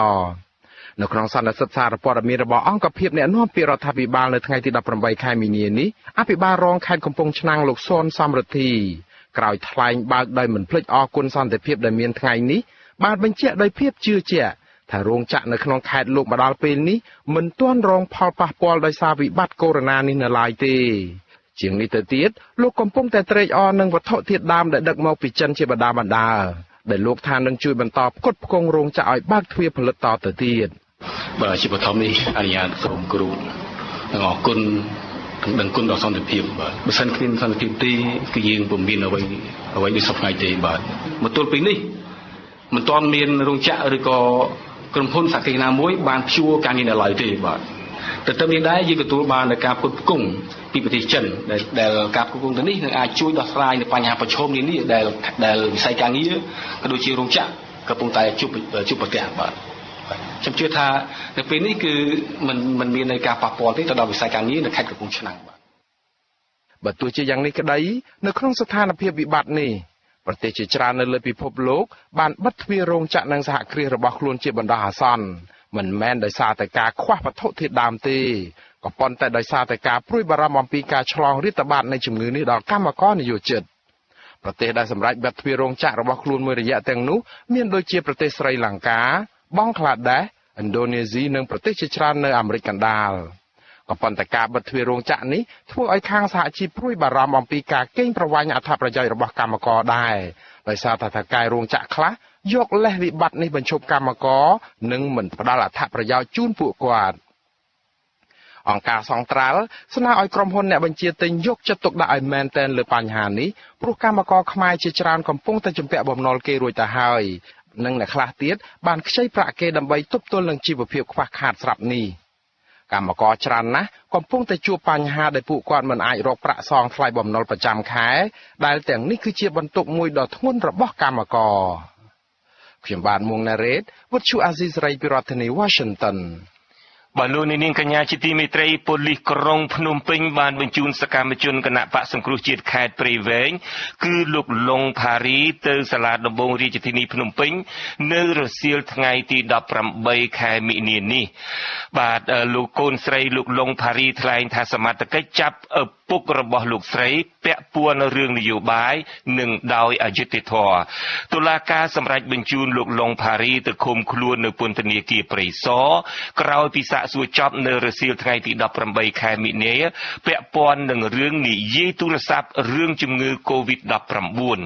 កូនស្រីប្រធានគណៈបកសង្គ្រោះជាតិស្រុកកំពង់ត្របែកខេត្តស្វាយរៀងកញ្ញាផលជឿនប្រាប់អាស៊ីសេរីក្រោយពេលចេញពីសាលាដំបងរាជធានីភ្នំពេញថាការចាប់ខ្លួននេះគឺជារឿងនយោបាយច្រើនជាងដោយសារតែឪពុករបស់កញ្ញានៅតែបន្តគាំទ្រថ្នាក់ដឹកនាំគណៈបកប្រឆាំងនៅក្រៅប្រទេសនិងមានដីកាតាមចាប់ខ្លួនពីតុលាការអំឡុងយុទ្ធនាការបង្ក្រាបគណៈបកប្រឆាំងកាលពីឆ្នាំ2019កញ្ញាចាត់ទុកការចាប់ខ្លួនរបស់តុលាការនេះថាជារឿងអយុត្តិធម៌មិនអាចទទួលបានឡើយព្រោះឪពុករបស់ខ្លួនពុំបានប្រព្រឹត្តខុសច្បាប់អ្វីនោះឡើយគាត់សួរខ្ញុំសួរទៅគាត់ថាគេចាប់គាត់ដោយសារតែគាត់និយាយពីរឿងកូវីដ-19គេចាប់តាមបណ្ដាញទូរស័ព្ទហើយគេបោកនឹងសួរគាត់ទាំងក្នុងរឿងថាពីមុនមកទៀតអញ្ចឹងខ្ញុំឆ្ងល់គ្រាន់តែរឿងប៉ុណ្ណឹងចុះហេតុអីបានត្រូវទៅចាប់គាត់អញ្ចឹងគាត់គ្រាន់តែនិយាយពីរឿងជំងឺកូវីដ-19ខ្ញុំមើលទៅប្រទេសគេផ្សេងគេបើកចំហគេនិយាយបើកចំហតែចំពោះនៅប្រទេសខ្មែរនេះគឺនិយាយអត់បានបាទមន្ត្រីគណៈបកប្រឆាំងខេត្តព្រៃវែងលោកលងផារីត្រូវបានប៉ូលីសរាជធានីភ្នំពេញចាប់ខ្លួននៅក្នុងហាងកាហ្វេមួយកន្លែងនៅម្ដុំផ្សារអូរិស័យនៅព្រឹកថ្ងៃទី18មីនាមុនពេលចាប់ខ្លួនសកម្មជនរូបនេះបានរត់គេចខ្លួននៅរដ្ឋធានីភ្នំពេញអស់ជាច្រើនខែមិនហ៊ានចូលផ្ទះអាស៊ីសេរីមិនអាចតាក់ទងស្នងការនគរបាលរាជធានីភ្នំពេញលោកសថេតនិងអ្នកនាំពាក្យសាលាដំបងរាជធានីភ្នំពេញលោកអ៊ុំរិនដើម្បីសូមអត្ថាធិប្បាយជុំវិញរឿងនេះបាននៅឡើយទេនៅរសៀលថ្ងៃទី18ខែមិនិនានេះដោយទូរស័ព្ទចូលជាច្រើនដងពុំមានអ្នកទទួលកូនស្រីជន់ជាប់ឃុំកញ្ញាកញ្ញាជុលជឿនអះអាងថាប៉ូលីសពុំបានជូនដំណឹងពីការចាប់ខ្លួនឪពុករបស់កញ្ញាដល់ក្រុមគ្រួសារឲ្យបានដឹងពីទោសកំហុសរបស់ខ្លួនទេនាយករងទទួលបន្ទុកផ្នែកឃ្លាំមើលសិទ្ធិមនុស្សនៃអង្គការលីកាដូលោកអំសំអាតមានប្រសាសន៍ថាប៉ូលីសពុំមានសិទ្ធិចាប់ប្រជាពលរដ្ឋដែលពុំបានប្រព្រឹត្តខុសច្បាប់នោះទេហើយការដែលសមត្ថកិច្ចត្រូវតែប្រាប់មូលហេតុនៃការចាប់ខ្លួនឲ្យបានច្បាស់លាស់និងត្រូវជូនដំណឹងដល់សាច់ញាតិឲ្យបានដឹងពីទោសកំហុសរបស់ជនជាប់ឃុំលោកបន្ថែមថាការចាប់ខ្លួនដោយពុំបានបង្ហាញដីកាពីតុលាការនិងជូនដំណឹងដល់សាច់ញាតិគឺជាការរំលោភសិទ្ធិរបស់ប្រជាពលរដ្ឋនិងរំលោភច្បាប់ជាធរមានពូម្នាក់បារម្ភអញ្ចឹងការបញ្ចេញទេរបស់គាត់អាចនឹងខុសពីអ្វីដែលជាលក្ខណៈបច្ចេកទេសនៃខណ្ឌវិទ្យាហ្នឹងអញ្ចឹងគាត់អាចបញ្ចេញតាមអារម្មណ៍របស់គាត់ហើយបើយើងយកអានឹងចាត់ទុកថាជាការផ្សាយព័ត៌មានពិតហើយអនុវត្តរឿងផ្លូវច្បាប់វាអាចប៉ះពាល់ទៅដល់សេរីភាពក្នុងការបញ្ចេញមតិរឿងខ្លះហើយខ្លះទៀតគាត់អត់មានចេតនាទេនៅក្នុងការដែលផ្សាយអីហ្នឹងប៉ុន្តែដោយសារការភ័យខ្លាចនិងការគិតរបស់គាត់ទៅគាត់ធ្វើអញ្ចឹងទៅបាទលោកអំសំអាតក៏សម្គាល់ទៀតថាមួយរយៈនេះសកម្មជនគណៈបកប្រឆាំងនៅក្នុងស្រុកហាក់រងការធ្វើទុកបុកម្នេញដោយសារការវាយដំបង្កស្នាមរបួសពីជនមិនស្គាល់មុខនិងត្រូវបានគេចាប់ខ្លួនដាក់ពន្ធនាគារជាថ្មីឡើងវិញនិងដោយមិនផ្ដល់ដំណឹងពីការចាប់ខ្លួនដល់គ្រួសារនោះឡើយសកម្មជនគណៈបកសង្គ្រោះជាតិនៅស្រុកព្រះស្ដេចខេត្តព្រៃវែងលោកខុតច្រឹកក៏ត្រូវបានសមត្ថកិច្ចចាប់ខ្លួនកាលពីថ្ងៃទី10ខែមិនិនាដោយចោទប្រកាន់ កាន់ថាបង្ហាសារនៅលើ Facebook បំផុសបំផុលព័ត៌មានคล้ายៗធ្វើឲ្យមានការជ្រួលច្របល់ក្នុងសង្គមមន្ត្រីសង្គមស៊ីវិលរូបនេះចោទថា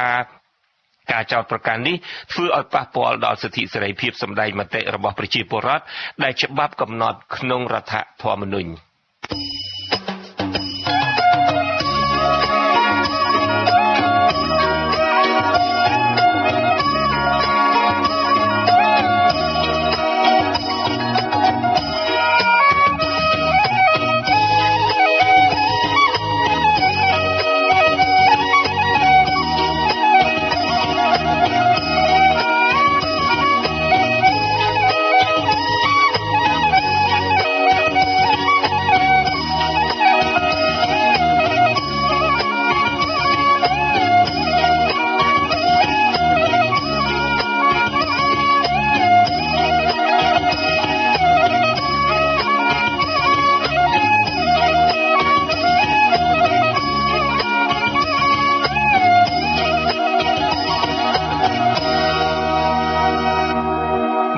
លោកនាងកញ្ញាជាទីមេត្រីអាជ្ញាធរជាតិអប្សរាចេញសេចក្តីជូនដំណឹងផ្អាកដំណើរការមិនឲ្យភ្ញៀវជាតិអន្តរជាតិចូលទស្សនាសារមន្ទីរនៅខេត្តសៀមរាបជាបណ្ដោះអាសន្នដោយសារតែជំងឺរាតត្បាត COVID-19 សេចក្តីជូនដំណឹងរបស់អាជ្ញាធរអប្សរាចេញថ្ងៃនេះបញ្ជាក់ថាសារមន្ទីរចំនួន3នៅខេត្តសៀមរាបរួមមានសារមន្ទីរព្រះនរោត្តមសីហនុអង្គរសារមន្ទីរលេតានីនិងសារមន្ទីរវាយនភ័ណ្ឌប្រពៃណីអាស៊ីចាប់ផ្ដើមផ្អាកដំណើរការចាប់ពីថ្ងៃទី18ខែមីនានេះរហូតដល់ស្ថានភាពជំងឺ COVID-19 ធូរស្រាលឡើងវិញទន្ទឹមគ្នានេះដែរអាជ្ញាធរវៀតណាមបានសម្រេចបិទច្រកព្រំដែនកម្ពុជាវៀតណាមនៅតាមបណ្ដាខេត្តមួយចំនួនដើម្បីទប់ទល់នឹងជំងឺរលាកផ្លូវដង្ហើម COVID-19 មន្ត្រីរដ្ឋាភិបាលអះអាងថាអាជ្ញាធរវៀតណាមប្រកាសថានឹងបិទច្រកព្រំដែនកម្ពុជាវៀតណាមទាំងអស់នៅទូទាំងប្រទេសក៏ប៉ុន្តែមកទល់នឹងពេលនេះនៅមិនទាន់ច្បាស់ថាមានច្រកព្រំដែនកម្ពុជាវៀតណាមណាខ្លះនោះទេដែលត្រូវបានបណ្ដោះអាសន្នហើយនោះបាទពីរដ្ឋធានី Washington អ្នកស្រីសុជីវីមានសេចក្តីរាយការណ៍អំពីរឿងនេះអ្នកនាំពាក្យអគ្គស្នងការនគរបាលជាតិលោកឆៃកឹមខឿនឲ្យដឹងនៅថ្ងៃទី18ខែមីនាថាវៀតណាមបានប្រកាសថានឹងបិទច្រកព្រំដែនកម្ពុជាវៀតណាមទាំងអស់ដែលនឹងបណ្ដាលឲ្យទំនិញចេញចូលរវាងប្រទេសទាំងពីររាំងស្ទះជាបណ្ដោះអាសន្នប៉ុន្តែលោកមិនបានបញ្ជាក់លម្អិតទេថាមកទល់ពេលនេះមានច្រកព្រំដែនណាខ្លះដែលវៀតណាមបិទជាបណ្ដោះអាសន្ននោះលោកប្រាប់ឲ្យអាស៊ីសេរីទៅសួរអគ្គនាយកដ្ឋានអន្តរប្រវេសន៍វិញបាត់មួយចំនួនមើលទៅតាមប្រកាសរបស់វៀតណាមគឺមានណាគេបិទទាំងអស់ថាបិទច្រកព្រំដែនហើយវាចេញចូលប្រមាណទៅនឹងក៏ចេញចូលប្រមាណដូចគ្នាដែរព្រោះកណ្ដាលទំនិញមកមិនទៅនឹងផ្ទះហោះមករូនវាទេក៏វាវិជ្ជាមកណាសូមវិជាតវាច្បាស់ជាងខ្ញុំព្រោះតវាគឺពីគ្រប់គ្រងច្រកពីព្រំដែនអាស៊ីសេរីបានជាយាមតាក់ទងទៅប្រធាននាយកដ្ឋានអន្តរប្រវេសន៍នៃក្រសួងមហាផ្ទៃលោកដឹមរានិងអ្នកនាំពាក្យរដ្ឋាភិបាលលោកផៃស៊ីផានដើម្បីសុំការអធិប្បាយបន្ថែមរឿងនេះតែទូរស័ព្ទហៅចូលច្រើនដងពុំមានអ្នកទទួលនៅថ្ងៃទី18ខែមីនាចំណែកអភិបាលខេត្តត្បូងឃ្មុំលោកឈៀមច័ន្ទសុភ័ណ្ឌនិងអភិបាលខេត្តស្វាយរៀងលោកម៉ែនវិបុលដែលជាខេត្តជាប់ព្រំដែនកម្ពុជាវៀតណាមនោះក៏មិនអាចតាក់ទងបានដែរដោយសារតែពួកលោកមិនលើកទូរស័ព្ទនៅថ្ងៃដដែលនេះកាលពីព្រឹកថ្ងៃទី18ខែមីនាអាជ្ញាធរវៀតណាមបានសម្រេចបិទច្រកព្រំដែនអន្តរជាតិកម្ពុជាវៀតណាមត្រពាំង plong ក្នុងឃុំត្រពាំង plong ស្រុកពញាក្រែកខេត្តត្បូងឃ្មុំបណ្ដាលឲ្យទំនិញគ្រប់ប្រភេទនាំចេញចូលរវាងប្រទេសទាំងពីរត្រូវរាំងស្ទះទាំងអស់របាយការណ៍ស្រាវជ្រាវរបស់ក្រុមការងារ100រាត្រីឲ្យដឹងថាច្រកព្រំដែនអន្តរជាតិត្រពាំង plongមានទំនិញនាំចេញពីកម្ពុជាទៅវៀតណាមនោះដូចជាដំឡូងគ្រាប់ស្វាយចន្ទីកៅស៊ូស្រូវឈើនិងផលដំណាំកសិឧស្សាហកម្មផ្សេងទៀតរីឯវៀតណាមបាននាំទំនិញចូលមកកម្ពុជារួមមានបន្លែផ្លែឈើឆ្នាំងចាននិងគ្រឿងអគ្គិសនីជាដើមពលរដ្ឋខ្មែររស់នៅតាមបណ្ដោយព្រំដែនខេត្តត្បូងឃ្មុំមួយចំនួនធ្វើកសិកម្មពឹងផ្អែកលើទីផ្សារវៀតណាមដើម្បីទទួលទិញទំនិញរបស់ពួកគេប្រធានក្រុមការងារ100រាត្រីនិងជាប្រធានសមាគមសម្ព័ន្ធនិស្សិតបញ្ញវន្តខ្មែរលោកងួងសូនីនិយាយថាច្រកព្រំដែនអន្តរជាតិត្រពាំង plong គឺជាច្រកសំខាន់ដែលកម្ពុជានាំទំនិញទៅវៀតណាមក៏ប៉ុន្តែនៅគ្រាដែលវៀតណាមបិទច្រកនេះ និងបង្កឲ្យរាំងខ្ទប់ទំនិញរបស់កសិករខ្មែរពិបាករកទីផ្សារកសិផលលោកសង្កេតឃើញថាច្រកសំខាន់ៗដែលវៀតណាមដឹកទំនិញចូលកម្ពុជានោះរួមមានច្រកអន្តរជាតិបាវិតខេត្តស្វាយរៀងច្រកកោះធំច្រកអន្លង់ជ្រៃនៅក្នុងខេត្តកណ្ដាលនិងច្រកភ្នំដិននៅក្នុងខេត្តតាកែវច្រកព្រំដែនទាំងនេះវៀតណាមបាននាំចូលទំនិញមកកម្ពុជារួមមានបន្លែផ្លែឈើត្រីសាច់និងគ្រឿងឧបភោគបរិភោគពីវៀតណាមហើយប្រសិនបើវៀតណាមបិទច្រកទាំងនេះនឹងប៉ះពាល់ដល់សេដ្ឋកិច្ចវៀតណាមធំជាងកម្ពុជាហើយយើងអត់មានរោងចក្រកសិឧស្សាហកម្មច្រើនតែអាចធានានៅការប្រមូលផលទំនិញកសិឧស្សាហកម្មហ្នឹងយកមកផលិតកែច្នៃយកទៅលក់តាមប្រទេសដូចវៀតណាមទេបើសិនជាពលរដ្ឋគាត់ត្រូវដឹកលក់ទៅថៃទៅការទឹកឆ្ងាយចឹងវាអាចខាតប្រធានសមាគមប្រជាធិបតេយ្យឯករាជ្យនៃសេដ្ឋកិច្ចក្រៅប្រព័ន្ធលោកវ៉ាន់ពៅយល់ថាការបិទច្រកព្រំដែនកម្ពុជាវៀតណាមនេះគឺជាឱកាសដ៏មានតម្លៃធ្វើឲ្យកសិករខ្មែរមានទីផ្សារកសិផលដើម្បីផ្គត់ផ្គង់ទីផ្សារក្នុងស្រុកតែយ៉ាងណាលោកថាឱកាសនេះក៏ទាមទារឲ្យមានការយកចិត្តទុកដាក់ដោះស្រាយពីអាជ្ញាធររដ្ឋាភិបាលដែរលោកថាប្រសិនបើវៀតណាមបិទច្រកចេញចូលព្រំដែនកម្ពុជាទាំងអស់ភាគីវៀតណាមនឹងខាតសេដ្ឋកិច្ចធំជាងកម្ពុជាព្រោះទំនិញដែលនាំចេញពីកម្ពុជាទៅវៀតណាមនោះមានចំនួនតិចតួចផ្ទុយពីវៀតណាមនាំចូលទំនិញមកកម្ពុជាលោកបញ្ជាក់ថាទំនិញវៀតណាមរងការរិះគន់ថាផ្ទុកសារធាតុគីមីកម្រិតខ្ពស់ហេតុនេះការបិទច្រកព្រំដែនទាំងនេះនឹងរាំងខ្ទប់ការនាំទំនិញខូចគុណភាពរបស់វៀតណាមចូលមកកម្ពុជានោះបានដែរចំណុចមួយយ៉ាងដែរពួកបត់ចឹងទៅអត់អាចនាំទំនិញបន្លែគីមីចូលតាមច្រកព្រំដែនបានព្រោះមិនបាច់ចាំវិភាគមើលណាច្រើនទេមើលផ្សារតាមគោដឹងហើយមកឆ្ងាយទំនិញចូលពីវៀតណាមមករាប់តក់រាប់តោនកាលពីខែកញ្ញាឆ្នាំ2019ក្រុមយុវជន100រាត្រីបានផ្សាយរបាយការណ៍ស្រាវជ្រាវថ្មីមួយទៀតរកឃើញថារដ្ឋាភិបាលអសមត្ថភាពទប់ស្កាត់បន្លែផ្លែឈើនិងចំណីអាហារផ្ទុកសារធាតុគីមីនាំចូលពីប្រទេសវៀតណាមរបាយការណ៍បង្ហាញថាមានគុណវិបត្តិជាច្រើនទាក់ទិនចំណីអាហារលក់ដូរដោយសេរីនៅក្នុងទីផ្សារក្នុងប្រទេសកម្ពុជាដែលមានផ្ទុកសារធាតុគីមីនិងគ្មានការត្រួតពិនិត្យត្រឹមត្រូវពីសំណាក់អាជ្ញាធរពាក់ព័ន្ធរបស់រដ្ឋាភិបាលលើសពីនេះផ្សារដើមគោក្នុងរាជធានីភ្នំពេញគឺជាទីតាំងចែកចាយចំណីអាហារខ្នាតធំនាំចូលពីប្រទេសវៀតណាមទំនិញនិងចំណីអាហារទាំងនោះរួមមានត្រីសាច់បន្លែផ្លែឈើនិងគ្រឿងឧបភោគបរិភោគជាច្រើនទៀតនាំចូលពីប្រទេសវៀតណាមមានផ្ទុកសារធាតុគីមីកម្រិតខ្ពស់កាលពីឆ្នាំ2018ប្រទេសវៀតណាមបាននាំទំនិញនិងចំណីអាហារចូលមកលក់នៅកម្ពុជាគិតជាទឹកប្រាក់ជិត$4,000 លានចា៎នេះខ្ញុំសុជីវីអាស៊ីសេរីរាយការណ៍ប្រធានាធិបតី Washingtonបាទលោកនាងកញ្ញាជាទីមេត្រីអាជ្ញាធរខេត្តកោះកុងសម្រេចមិនដោះស្រាយបញ្ហាដីធ្លីឲ្យពលរដ្ឋជិត200គ្រួសារនៅស្រុកស្រែអំបិលដែលមានទំនាស់ជាង10ឆ្នាំជាមួយនឹងក្រុមហ៊ុនហេងហ៊ុយអភិវឌ្ឍអាជ្ញាធរបង្វែររឿងនេះដោយជំរុញពលរដ្ឋឲ្យដាក់ពាក្យប្តឹងក្រុមហ៊ុនតាមផ្លូវតុលាការវិញសង្គមស៊ីវិលយល់ថាការរុញបញ្ហាឲ្យចេញផុតពីដៃអាជ្ញាធរទៅដាក់តុលាការបែបនេះគឺរឹតតែធ្វើឲ្យពលរដ្ឋបន្តការតវ៉ាតទៅទៀតបាទសូមអញ្ជើញលោកអ្នកនាងរងចាំស្ដាប់សេចក្តីរាយការណ៍ពិស្ដារនេះនៅក្នុងកម្មវិធីផ្សាយរបស់យើងនាពេលព្រឹកនេះចាប់ពីម៉ោង 5:30 នាទីរហូតដល់ម៉ោង 6:30 នាទីបាទលោកអ្នកនាងជាទីមេត្រីស្ថានទូតកម្ពុជាប្រចាំនៅប្រទេសថៃស្នើឲ្យពលករនិងនិស្សិតដែលកំពុងធ្វើការនិងសិក្សានៅប្រទេសថៃកុំឲ្យវិលត្រឡប់ទៅកម្ពុជាវិញក្នុងពិធីប្រារព្ធបុណ្យចូលឆ្នាំថ្មីប្រពៃណីជាតិខ្មែរដោយសារបារម្ភពីការឆ្លងជំងឺផ្លូវដង្ហើម COVID-19 សេចក្តីថ្លែងការណ៍របស់ស្ថានទូតថៃនេះ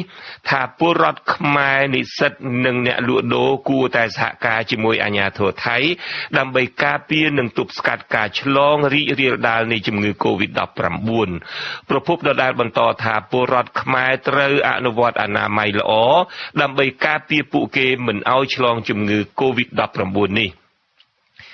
តួលេខក្រសួងការងារឲ្យដឹងថាបច្ចុប្បន្នមានពលករខ្មែរស្របច្បាប់និងមិនស្របច្បាប់ប្រមាណជិត 2លានអ្នកកំពុងធ្វើការនៅប្រទេសថៃមន្ត្រីកម្មវិធីការងារនៃអង្គការសិទ្ធិមនុស្សហៅកាត់ថាសង្ត្រាល់លោកឌីថេហូយ៉ាគាំទ្រការប្រកាសរបស់ស្ថានទូតកម្ពុជានៅប្រទេសថៃក្នុងការចាត់វិធានការទប់ស្កាត់ការរីករាលដាលនៃជំងឺ COVID-19 ទាំងនៅក្នុងប្រទេសកម្ពុជានិងទាំងនៅប្រទេសថៃលោកបន្តថាពលករខ្មែរអាចបាត់បង់ការងារប្រសិនបើពួកគេសម្រេចចិត្តថាវិលត្រឡប់មកកម្ពុជាវិញដើម្បីជួបជុំក្រុមគ្រួសារនៅក្នុងពិធីបុណ្យចូលឆ្នាំខ្មែរនាខែមេសាខាងមុខនេះបាទគិតមកត្រឹមថ្ងៃទី18ខែមីនានេះចំនួនអ្នកស្លាប់ដោយសារ COVID-19 នៅទូទាំងពិភពលោកបានកើនដល់ជាង 8,000 នាក់ក្នុងចំណោមអ្នកឆ្លងចំនួនជាង 20,000 នាក់ជាង 20,000 នាក់នៅទូទាំងសកលលោក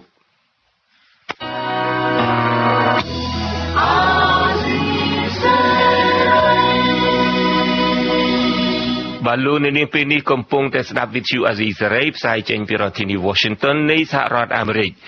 អ្នកជំនាញខាងវិទ្យាសាស្ត្រនយោបាយនិងទំនាក់ទំនងអន្តរជាតិអះអាងថាប្រទេសនៅក្នុងតំបន់អាស៊ាន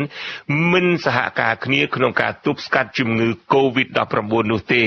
ដែលបញ្ហានេះនឹងធ្វើឲ្យជំងឺនេះអាចរីករាលដាលកាន់តែខ្លាំងនៅក្នុងតំបន់បាទសូមអញ្ជើញលោកនាងស្ដាប់បទសម្ភាសន៍មួយរបស់លោកទីនសាការីយ៉ា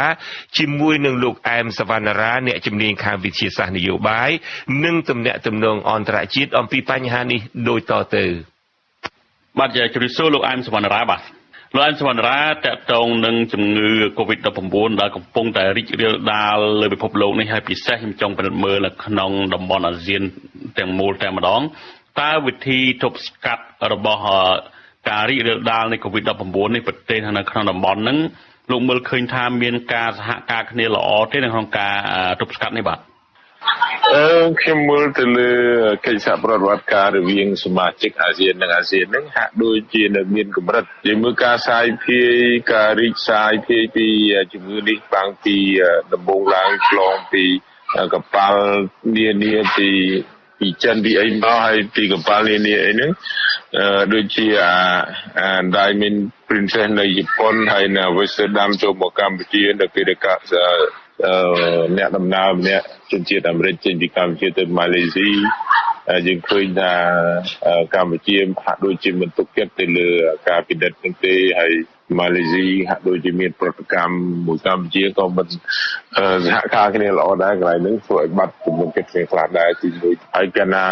ការសហការការផ្តល់ព័ត៌មានដែលមានកម្រិតយឺតអញ្ចឹងការឆែកការតាមដានការទប់ស្កាត់ហ្នឹងធ្វើឲ្យជំងឺឆ្លងវាសាយភាយទៅមុនអញ្ចឹងកាលណាវាសាយភាយហើយបានយើងចាត់វិធានការហ្នឹងហាក់ដូចជាពិបាកនឹងតាមឬក៏តាមទប់ស្កាត់ដូចជាមកកម្ពុជាទៅព្រះវិហារគាត់ចេញទៅដើរទៅសឹងត្រែងអ្នកខ្លះទៅផ្សេងទៀតអញ្ចឹងមករកឃើញទៅមិនដឹងគាត់រៀលដាលឆ្លងទៅអ្នកណាបាទខ្លះទៀតយើងមធ្យោបាយប្រទេសកម្ពុជាដែលមានកម្រិតផងអញ្ចឹងវាហាក់ដូចជាវិធានការហ្នឹងមិនមានប្រសិទ្ធភាពទាំងស្រុងពិបាកនឹងទប់ស្កាត់ដែរបាទលោកមានប្រសាសន៍ថាប្រទេសនៅអាស៊ានមិនសហការគ្នាល្អមិនផ្ដល់ព័ត៌មានឲ្យគ្នាឲ្យបានពេញលេញអញ្ចឹងវាមិនផ្ទុយពីអាស៊ានដែលថាសហគមន៍តែមួយវាស្នាតែមួយទៅហើយទេបាទជាទូទៅអាស៊ានមានគោលនយោបាយមានទ្រឹស្ដីល្អក៏ប៉ុន្តែការអនុវត្តហ្នឹងនៅមានកម្រិតកិច្ចសហប្រតិបត្តិការហ្នឹងហាក់ដូចជាពុំទាន់គេហៅថាស្មោះស្ម័គ្រទាំងស្រុងដោយសុទ្ធចិត្តទេនៅមានលក្ខកំបាំងនៅកេងចំណេញទៅលើគ្នាអានេះជាហេតុផលជាឧបសគ្គរបស់អាស៊ាននៅក្នុងការធ្វើឲ្យសហគមន៍អាស៊ានទៅជាសមាគមអាស៊ានខ្លាយទៅជាសហគមន៍អាស៊ានពីព្រោះសសរស្តម្ភទាំង3ក៏អាស៊ានទៅចូលបានមួយទេសរស្តម្ភសេដ្ឋកិច្ចទេសហគមន៍សេដ្ឋកិច្ចអាស៊ានទេមិនទាន់បញ្ចូលសហគមន៍សេដ្ឋកិច្ចនយោបាយសន្តិសុខអាស៊ានមិនទាន់បញ្ចូលសហគមន៍សង្គមវប្បធម៌អាស៊ានទេអញ្ចឹងហើយដែលជាឧបសគ្គដែលអាស៊ានត្រូវប្រឈមនៅថ្ងៃខាងមុខទៅមុខទៀតច្រើនណាស់នៅពេលវេលាយូរទៀតដែលត្រូវដើរមិនបើមិនធ្វើទេអាចមានឧបសគ្គនៅក្នុងជាអង្គការតំបន់ហ្នឹងអាចមានការប្រែប្រួលទៅទៀតបាទមូលហេតុអ្វីបានជាអាស៊ានមិនហាក់បីដូចជាមិនចំហមិនស្មោះត្រង់ជាមួយគ្នាហើយមិនសហការគ្នាល្អនេះបាទបើយើងមើលពីអាស៊ានជាអង្គការតំបន់មួយវាពាក់ព័ន្ធទៅនឹង អត្តពលមហាអំណាចនៅក្នុងពិភពលោកនៅក្នុងសមាជិកអាស៊ានទាំង10កន្លងមកដែលយើងហៅថាអាស៊ាន10សម្លេងតែមួយយើងឃើញអត្តពលមហាអំណាចចិនមួយឥឡូវសម័យគេហៅថាសម័យពហុពលមានពល4ឡើងទៅគេហៅពហុពល4ពលអញ្ចឹងពហុពលមានចិនមួយនៅក្នុងតំបន់ជាមហាអំណាចជាសមាជិកក្រុមប្រឹក្សាសន្តិសុខអចិន្ត្រៃយ៍របស់អង្គការសហជាតិគឺគាត់មានអត្តពលហើយគាត់មានទំនាក់ទំនងនៅក្នុងតំបន់ហ្នឹងជាដៃគូអាស៊ានបូក7អាស៊ានបូក1ហ្នឹងគាត់មានចាប់មកប្រទេសគេថាគាត់អនុវត្តគោលនយោបាយ BRI របស់គាត់តែកំណត់ពីតាមផ្លូវនឹងខ្សែរបស់គាត់ហ្នឹងគាត់ចាប់បានប្រទេសដែលគ្រប់គ្រងគាត់មានកម្ពុជាមានឡាវដែលជាឡាវអត់ព្រំដែនសម្បត្តិកម្ពុជាមានព្រំដែនសម្បត្តិហើយដែលអញ្ចឹងហើយចិនគាត់អនុវត្តគោលនយោបាយហ្នឹងគាត់ទៅប៉ះជាមួយសមាជិកអាស៊ាន4ទៀតជាបញ្ហាចំនួនសមុទ្រចិនខាងត្បូងហ្នឹងបញ្ហាចំនួនដែនកោះប្រជុំកោះParacel និងប្រជុំកោះ Spratly តែអញ្ចឹងផ្លូវខ្សែរបស់គាត់នេះវាជាឧបសគ្គជាមួយនឹងគោលនយោបាយរបស់សហរដ្ឋអាមេរិកមួយគេហៅថាយុទ្ធសាស្ត្រ Indo-Pacific យុទ្ធសាស្ត្រ Indo-Pacific ខ្ញុំចង់បញ្ជាក់ថាវាជា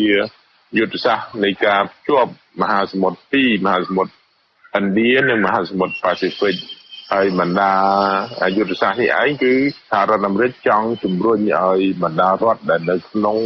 មហាសមុទ្រឥណ្ឌានិងមហាសមុទ្រ Pacific ទៅឯករាជ្យជំហរម្ចាស់ការមិនពឹងទៅលើមហាអំណាចណាមួយឬក៏ទូទុនទៅរកមហាអំណាចណាមួយទេ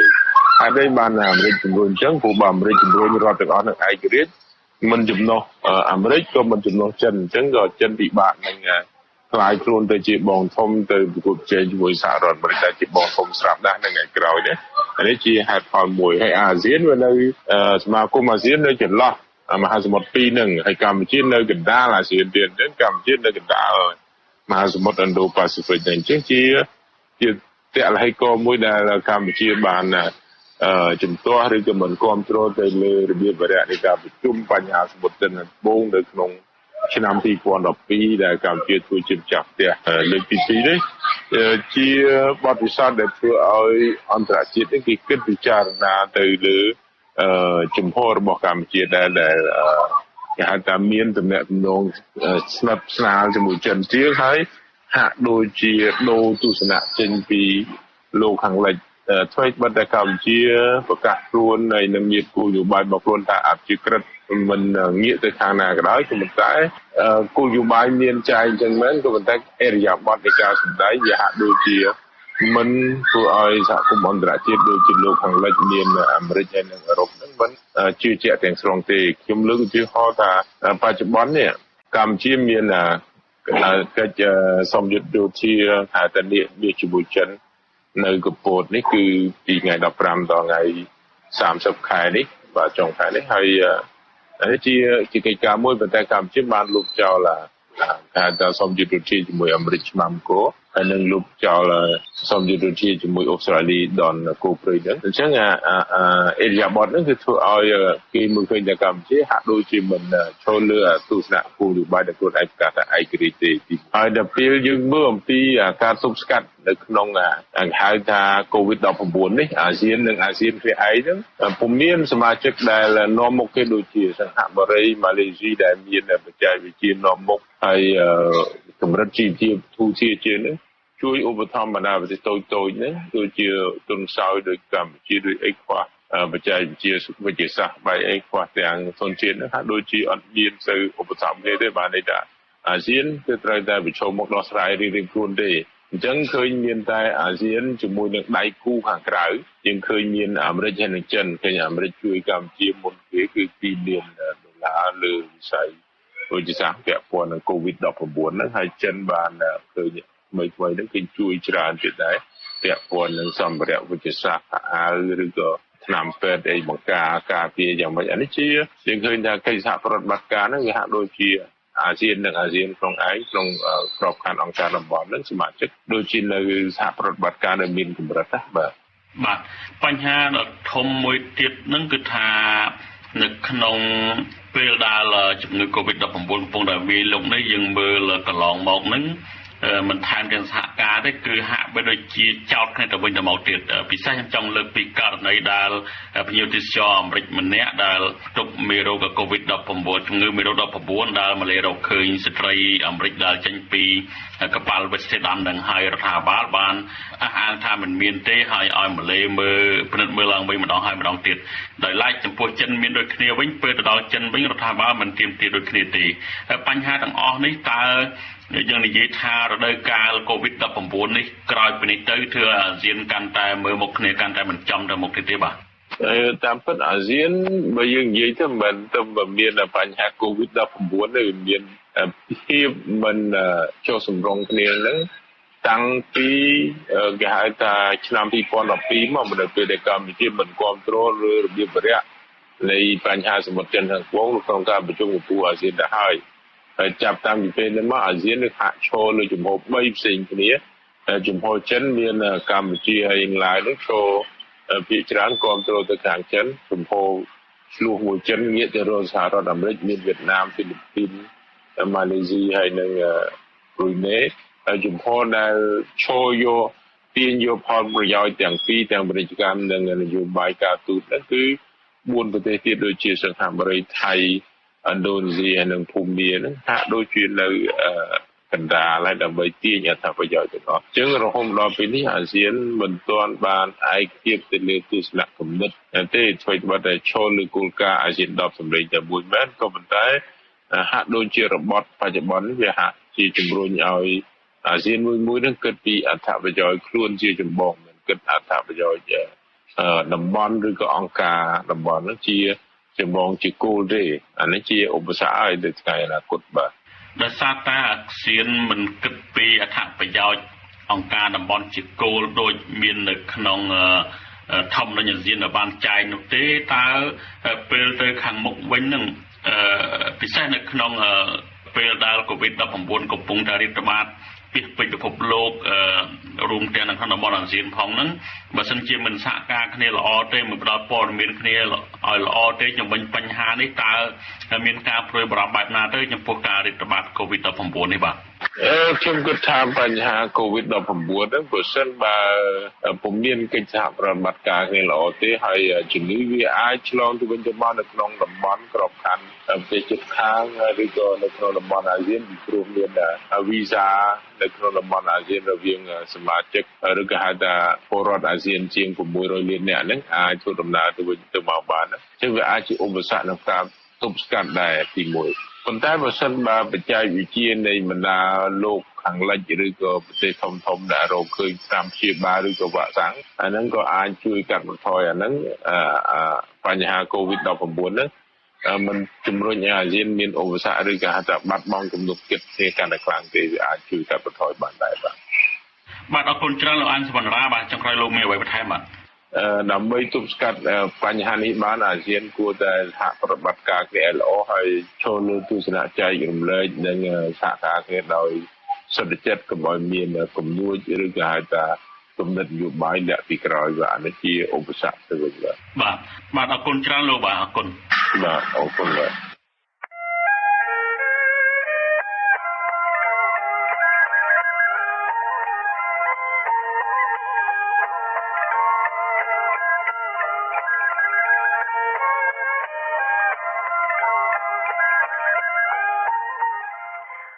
បាទលោកអ្នកនាងកញ្ញាជាទីមេត្រីដើម្បីទប់ស្កាត់ការរីករាលដាលនៃវីរុសកូវីដ -19 ដែលបណ្ដាលឲ្យមានជំងឺ COVID-19 ពេលនេះក្រុមការងាររបស់យើងខ្ញុំផ្លាស់ប្ដូររបៀបធ្វើការដោយផ្សាយចេញពីទីតាំងរស់នៅរៀងខ្លួនផ្ទាល់ជាបណ្ដោះអាសន្នមួយរយៈពេលសិន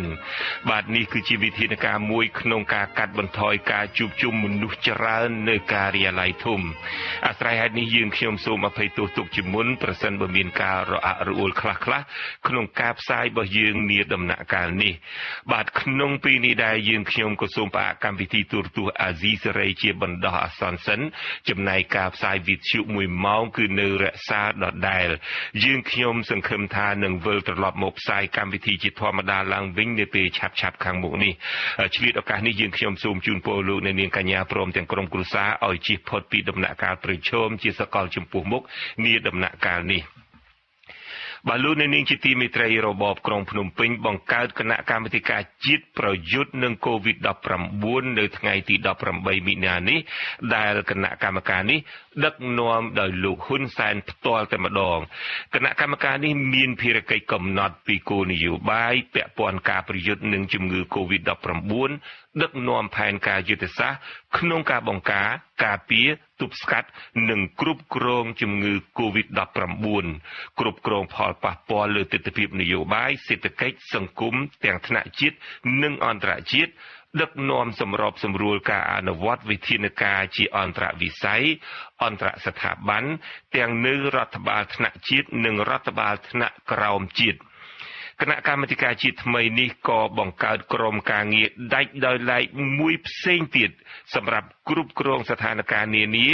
ដែលបណ្ដាលមកពីជំងឺ COVID-19 រួមនឹងបង្កើនសមត្ថភាពក្រុមឆ្លើយតបជាបន្ទាន់ដើម្បីឆ្លើយតបទៅនឹងអ្វីដែលគេចាត់ទុកថាជាព័ត៌មានคล้ายៗនិងព័ត៌មានប្រឌិតអំពីជំងឺ COVID-19បាទមន្ត្រីសហជីពនិងសង្គមស៊ីវិលស្នើឲ្យមានអ្នកទទួលខុសត្រូវចំពោះបញ្ហាសុខុមាលភាពនិងជីវភាពកម្មករក្នុងស្ថានភាពវិបត្តិជំងឺ COVID-19 ជំហររបស់មន្ត្រីទាំងនេះធ្វើឡើងស្របពេលដែលសហគ្រាសរោងចក្រជាច្រើននៅតែបន្តបើកទ្វារស្របពេលដែលករណីឆ្លងនៃជំងឺ COVID-19 មាននៅខេត្តក្រុងចំនួន12រួចទៅហើយនៅប្រទេសកម្ពុជាបាទលោកអ្នកនាងប្រិយមិត្តស្ដាប់ជាទីមេត្រីកម្មវិធីផ្សាយរយៈពេល1ម៉ោងនៃ VTV អាស៊ីសេរីជាភាសាខ្មែរសម្រាប់រាត្រីថ្ងៃពុធនេះចប់ទៅត្រឹមនេះ